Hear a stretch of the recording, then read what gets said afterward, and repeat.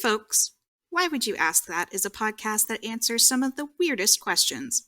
A lot of those are inappropriate for some listeners. If you're squeamish, easily disturbed, or just having a bad day, this may not be for you. But if you've got to know the answers like we do, stay tuned.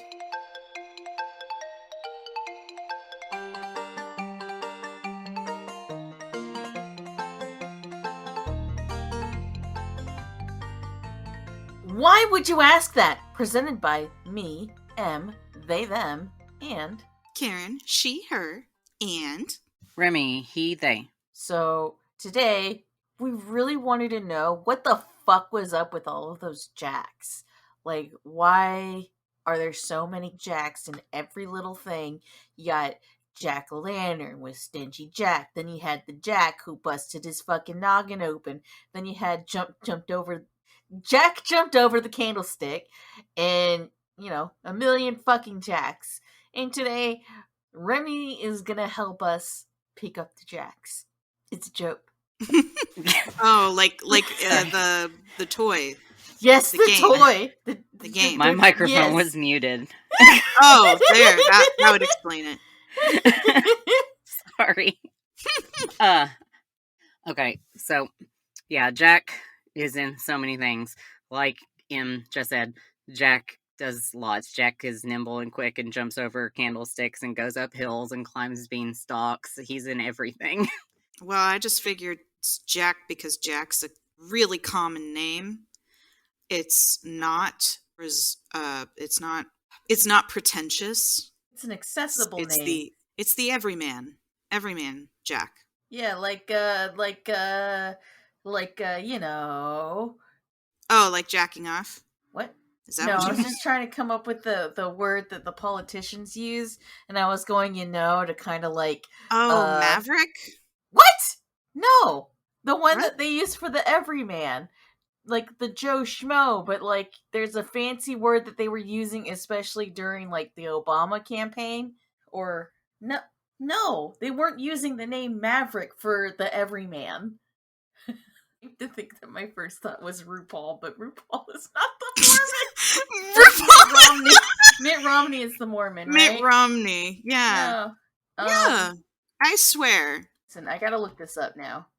I'm gonna stand by it. You're completely Maverick. Wrong as to what I'm thinking about. I'm gonna stand by Maverick because when I was a kid, I was like, what does that mean? And my mom's like, oh, it just means like a guy. And I was like, why don't they just say a guy? And she's like, I don't have time for this. It was like Joe Schmo kind of thing, or like 6 Beer Kyle, some shit like that.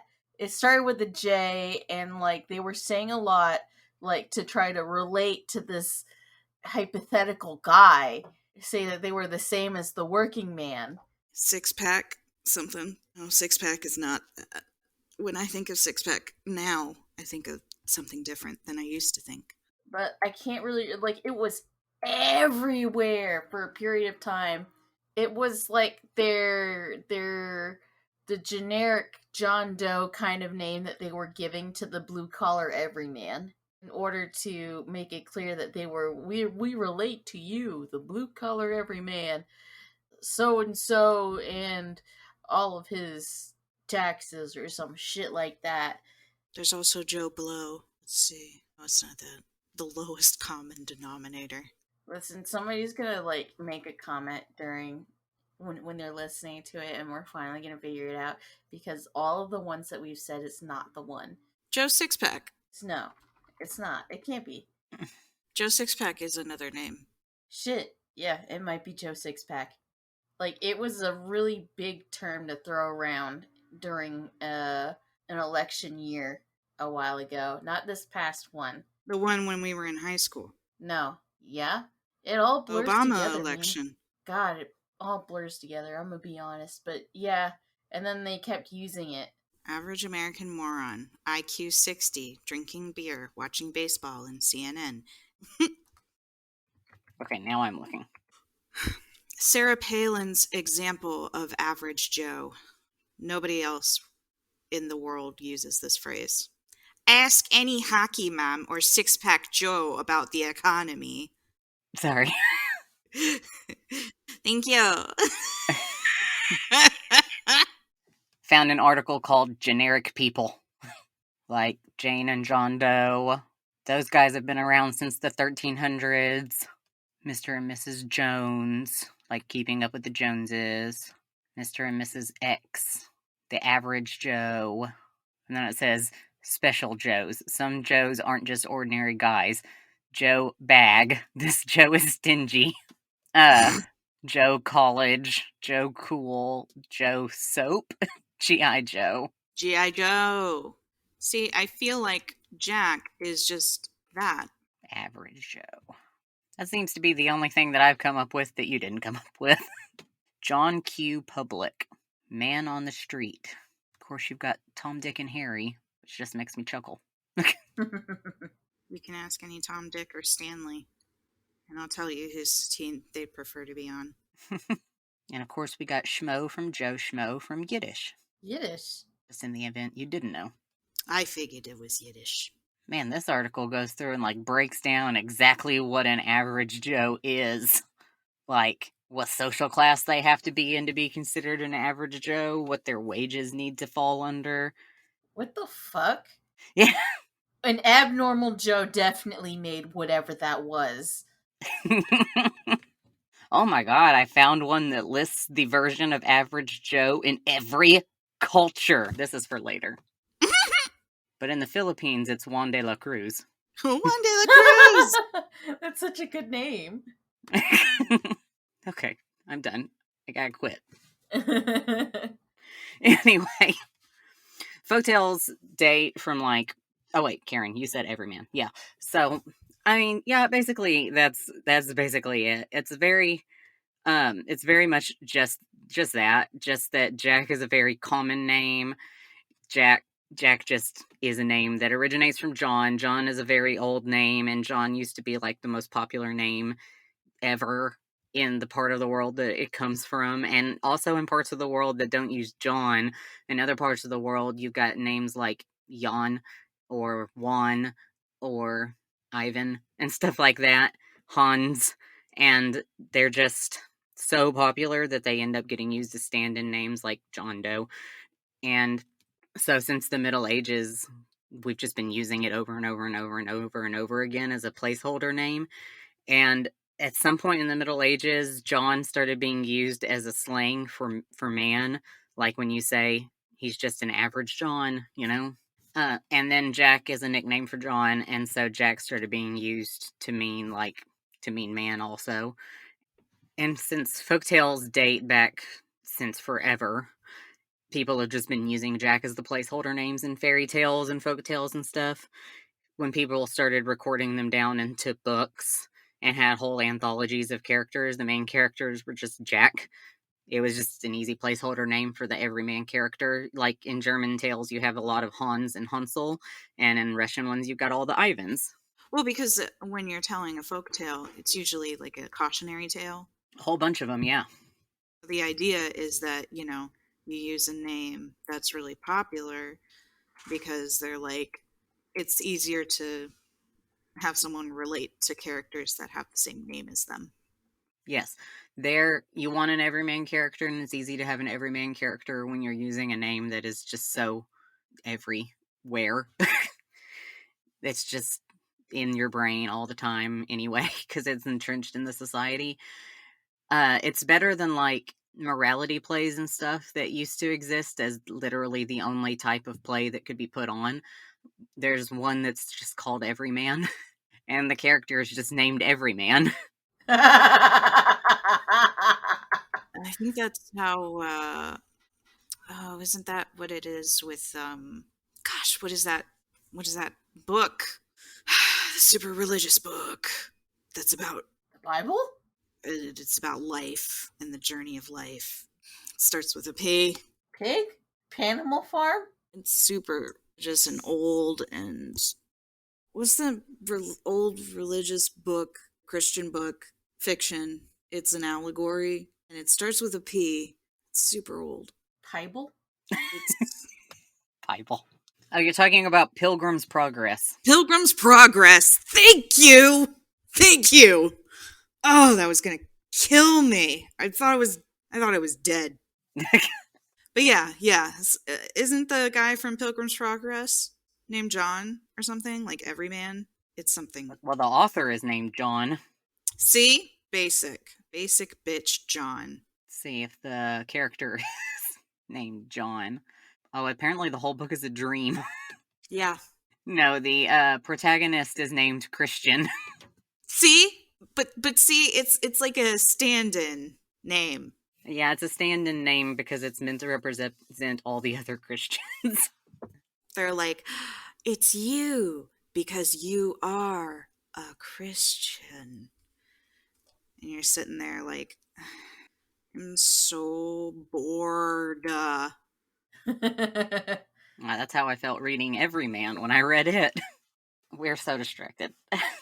Jack is a very popular name. Everyman, yes. Yeah, it's a popular name for the Everyman character. It was super popular in England. It's still super popular in England and over here.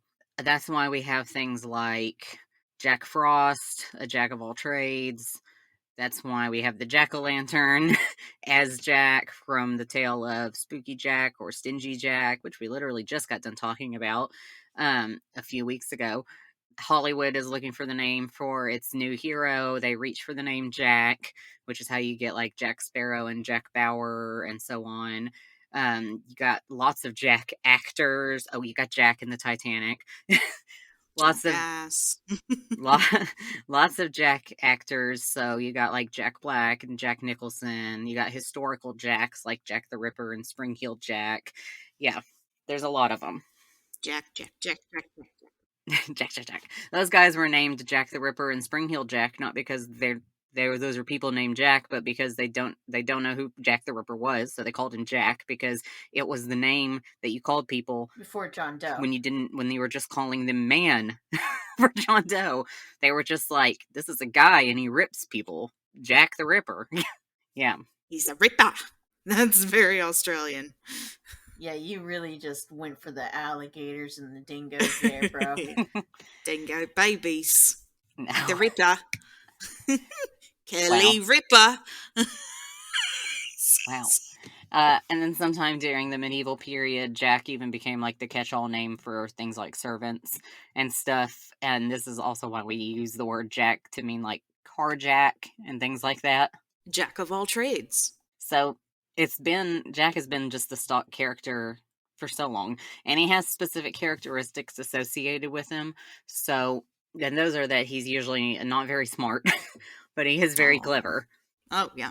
So, Jack in, like, say, Jack and the Beanstalk, the version that most people are familiar with is that he goes out to, like, sell their last cow because they're super poor and starving, and then he meets a guy on the road, and the guy is like, I'll give you these beans for that cow, and the guy's like, sure thing, because they're magic. And then he takes him back, and his mom is like, why are you so stupid? Magic beans? Ho, ho, ho. No idea. You're dealing with Jack Black. Jack Black would probably make a really good Jack and the Beanstalk. I would watch that. I would watch that. I would play it on the TV in the background constantly, the same way that I did for School of Rock. Oh, yeah. I watched that movie a lot. So, yeah, he wasn't very smart. He took beans from a stranger and just agreed that they were magical. He just believes it.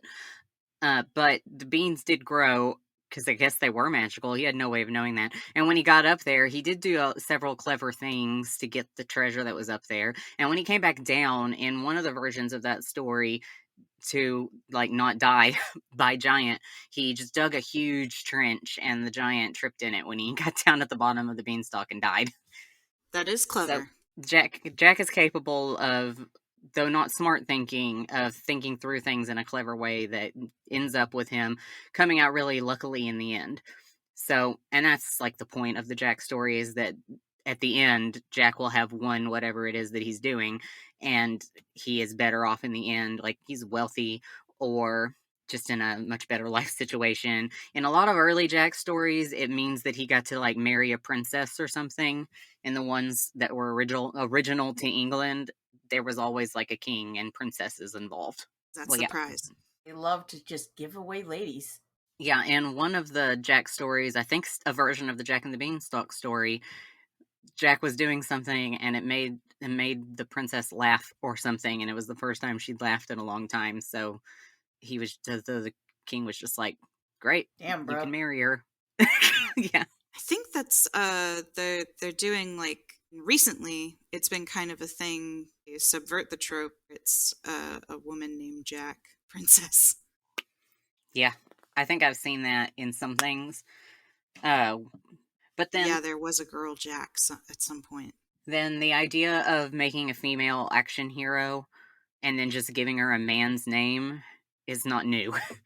They started doing that like some odd like a decade ago. They decided they were just, instead of making a strong female character in their action hero role and still being able to name her something like, Rebecca or Genevieve. whatever, Genevieve. Instead of giving her like a feminine name or like a popular female name or whatever, they just name her Michael Yeah, or Jack, and not Jacqueline, Jack, or Bill. some like very strong masculine name, and you're like, no, that's you just giving her a man's name because you want to convey a sense of power and like strength to her, and that works against you a little bit for what you're trying to do. I feel like that's been going on for longer than a decade. It probably has been. I just pulled a number. Yeah. So now those popular Jack stories were popular in England for like a long time, but then they migrated over to the US and took up residence in the Appalachian region with Scottish, Irish, and other European immigrants. The Appalachian Jack stories transformed over here into their own thing with oral storytellers. The structure largely follows the same as the other ones from England. Jack sets out from a poorer household to seek some sort of fortune of some kind. Usually he's like a farmer of some variety because that's what was going on in the region. And then they lost the king and replaced the king with sheriffs, usually. Because we didn't have kings over here. We got away from those. We came to America to not have a king. But now cops are the problem. So we put those in our stories instead, and we've never moved forward since. To be fair, even with kings, sheriffs were always still a problem. It's true. We were always like, cops. It's true. Ever since the invention of them, Yeah, we never did move forward. no, man. One of these days we'll get law enforcement figured out. Nope. Yeah. So these stories were meant to be an opportunity to like gather and create higher solidarity in communities. The reason the stories have survived generations and centuries is due to the storytellers that pass them on, and they just have a way of doing it that's unlike the average storyteller.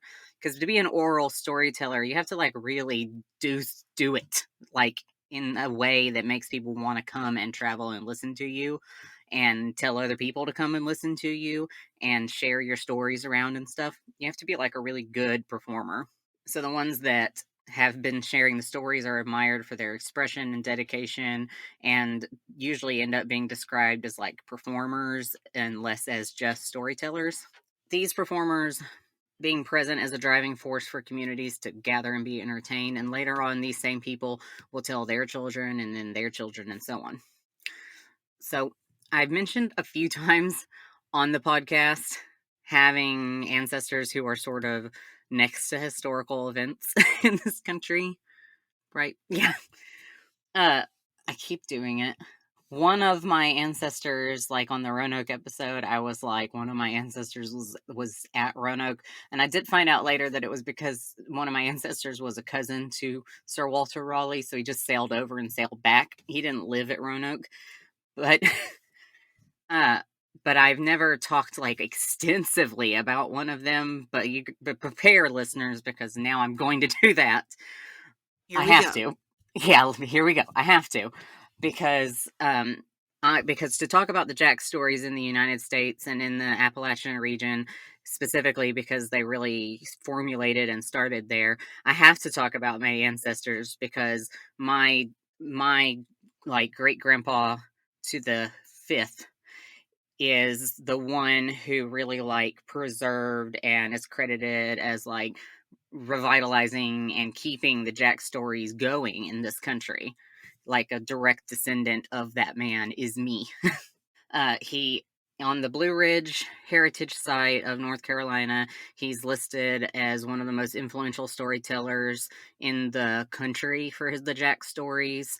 He's listed as being one of the reasons that we still have Jack stories in this country. So his name is Council Harmon. Council, yes. Like you have a council to talk about things. Yeah, council. Just the word. Just the word. I mean, that's how it was in those days. I wish my name was Fear. Misery. I do have an ancestor named Fear also. Fear Not. Whoa! That's probably why I think about it. Fear Not is her name. Yeah. Also from North Carolina. Huh, tickety shit. So the Harmon and Hicks family were some of the first residents to settle in the area that would become Watauga County, North Carolina. They were Germans, and they came to America in the 1720s. So by the end of the 1700s, the Harmons had settled in northwest North Carolina, and Council Harmon was born around 1807. He learned his stories, the Jack stories, from his mother, Sabra. And in the region, storytellers were just huge sources of entertainment for the community. So people gathered to listen to the stories at night. And he passed his stories on to his children, Gold and Ray. Gold and Ray. Yeah. And just continued to pass, and then Ray continued to pass them on, and then today, one of the living Harmon Hicks people is named Orville, and he is a living storyteller as a job. Oh, whoa. I want that job. I think he Wait, we technically are. technically, but also I do other things. Also, I like for storytelling and some variety to be the only thing I do. That is the dream. I want to live on the dream of my 5th great-grandfather and only storytell. Now that I know that that's that's the ancestor that I'm coming from, I feel like I have to do it, and I have to. Like, it's a legacy. It's This a is legacy. my family legacy. Yeah, directly. I have to. So, Orville Hicks from Council Harmon's family. Orville says he grew up farming and lived without electricity in his house up to 1960s. So they would still like gather in the community and like sit around and tell Jack tales while they like shell peas and things like that. And sometimes they would go over to Ray's house and also listen to stories. Ray himself is a National Heritage Fellowship Award recipient, and if you don't know that, the National Heritage Fellowship is the nation's highest honor in folk and traditional arts. Ooh, wow. It's presented as a lifetime honor to master folk and traditional artists by the National Endowment for the Arts. And Orville says of Ray, quote, Ray would sit there and tell me a tale or two. I never thought there was anybody like Ray, so I learned from him and he encouraged me to tell tales, end quote. Now, I wasn't really going to talk about Ray, but then I learned about Ray, that he was a striking man who was nearly 7 feet tall. Ooh. Damn, bro. Damn, yeah. Watch out. And he was not just known for his storytelling, but he was well known for and like documented. Like there are multiple documentaries made with him in it or about him for the way he talked, because he talked. Yes, because he spoke a dialect of English that retained much of the vocabulary, phrasing, expression, and accent of earlier English and Scots-Irish immigrants to the region. Oh. The Tangier. Yeah. So he was featured on Robert McNeil's PBS series, The Story of English, because of this. I actually have that clip if you want it. So here's this. His part of it starts up at 6:45. And it goes to the end, and then like 45 seconds into the next part of the next video. Here's this one. Also, this one's an hour long though, but this is an actual documentary. But in this one, you can hear him talking and singing a whole bunch more. Awesome. Like it's less the dude talking and more of Ray talking. So if you want to actually listen to him talk more, you can actually just click on this one and just go listen to him talk. It just reminds me of how my grandma would tell stories too. Yeah. The reason that he was featured is because if you listen to him talk for long enough, for some reasons it gets a little confusing. But yeah, he tells stories like any old Southern person does, convoluted.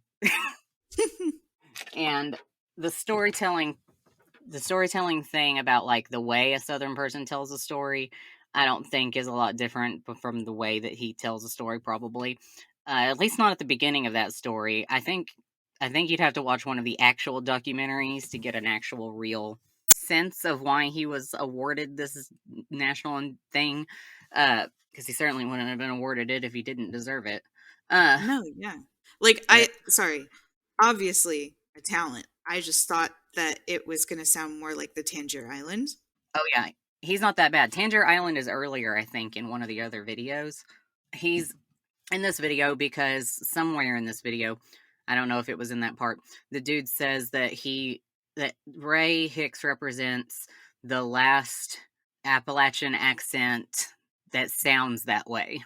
He was the last one that preserved the original Appalachian accent of the region. So his accent was maintaining the the original Scots Irish and English phrasing and vocabulary and such, and dialect of the immigrants from the region, but you can still understand him. After he died, nobody there spoke like that anymore. Once he was, yeah, he was the old person of his community, right? So once he was gone, everybody there was speaking, didn't maintain like vocabulary or slang or phrasing or whatever that was original to the area. They were using the modern stuff. Language evolves. Yeah. And he just didn't. His he didn't ever evolve it. Not like my daughter saying bussin' the other day. Like he never did. He just never did pick it up. No, yeah. I heard, by the way, I heard a young boy say bet. A young white boy. Oh no. And I was like, I say it damn. as a joke. Like, because fuck, if I go out in public and I'm like, bet, someone should look at me and slap me, be like, what are you doing? Yeah. That's how I feel just now when I said bussin'. yeah, And I was you're like, that doesn't "Ooh, feel right. I'm not. Mm-mm." Like, say Well- it with just such the say it Yeah. wrong. It sounds wrong coming from us. Yeah, it's not me. It's not my daughter either, because she said it like this. This food is bussing. No, no, no. No, no, no. No, no, no, no. And I was like, wait, hold on. That I said, is- what do you think that means? And she said, well, it means really good. And I said, Honey. okay, hold on. I'm old and I need to Google this to make sure that that's actually what it means and you're not saying something bad. No, if she's saying bussing, I mean, she's saying that this table needs bussing, all right? And I did look up bussin', and it does mean very good, usually referring Yeah. to Yeah. food. And I was like, okay, you're using it right, but if you're gonna use it, you gotta put the G off of there. You gotta remove the G, speak it correctly. It's just, this food a bussin'. No, I she sound goes- like a fucking idiot. Yeah. Well, so does my daughter when she says it, but I But she was puts in the G. and I was like, it's cute that you're trying, but you just sound ridiculous. I told her to her face that she sounded ridiculous, so it's okay that I'm telling you that she sounds ridiculous. She said she didn't care. I mean, fair. We live in an area that is largely populated with black folks, and so all of her friends are black, and so she just has picked up so much slang that sounds very wrong coming out of her mouth. And I'm like, Yeah. just because your I'm friends keeping say my it doesn't. lane. Yeah, I'm like, just because your friends say it doesn't mean that doesn't mean that it sounds okay when it comes out of you. You just don't sound right. All right, we gotta go back. Okay, so we got Ray's versions of the Jack stories. Sometimes could take an hour to tell or more. So this would be like him telling you Jack and the Beanstalk and then taking an hour to do it. That's how long it usually takes me to tell a story, but not for the same reasons.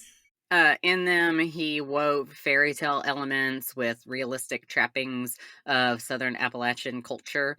So, in the event that you guys out there listening don't watch the clip that I'm going to put on the resource page, in this story, he's doing a Jack story, but he's like, Jack goes down with the cow to the road and he gets a bag, and then he goes back to the house, and then some devils come down from the ceiling, and he tells the devils to get in the bag. Like, I don't remember any Jack stories where any devils fly down from the ceiling and get in a bag. I haven't read them all, granted, but I don't remember any existing. I've never Yeah, met a devil I before don't. in my entire life. No, wait, yes, I was married to one. Mhm. Sorry. So, folklorist and former director of the folk arts program at the National Endowment of the Arts, Bess Lomax Hawes, said, quote, "He moves into a story and is totally engrossed. He talks about the characters as if they just stepped round back of his house or gone up the road," end quote. Less well known were his musical gifts. He was a singer in traditional British and American ballads, and he was a soulful harmonica player, which you can also hear in the clip. That's him playing the harmonica very skillfully.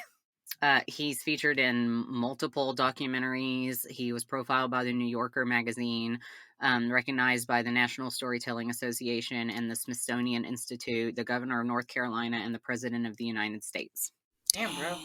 So with Council Harmon and Ray, as they were at the forefront, according to actual historians, not me as a family member, but as actual historians, they were at the forefront of revitalizing the art of storytelling in this country and in the region, and the Jack Tales in particular. As a matter of fact, Ray, in the documentary, the long documentary that I'm going to link, was called The Patriarch of American Storytelling.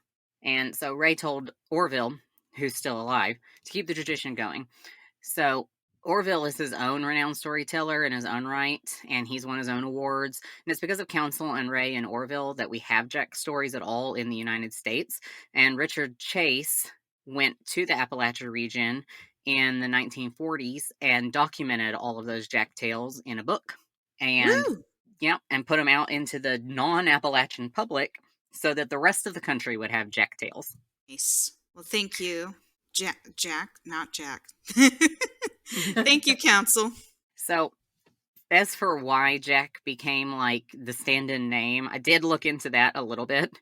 There's a teeny tiny little bit of research that shows that your name might place some influence on you as a person or what career you go into.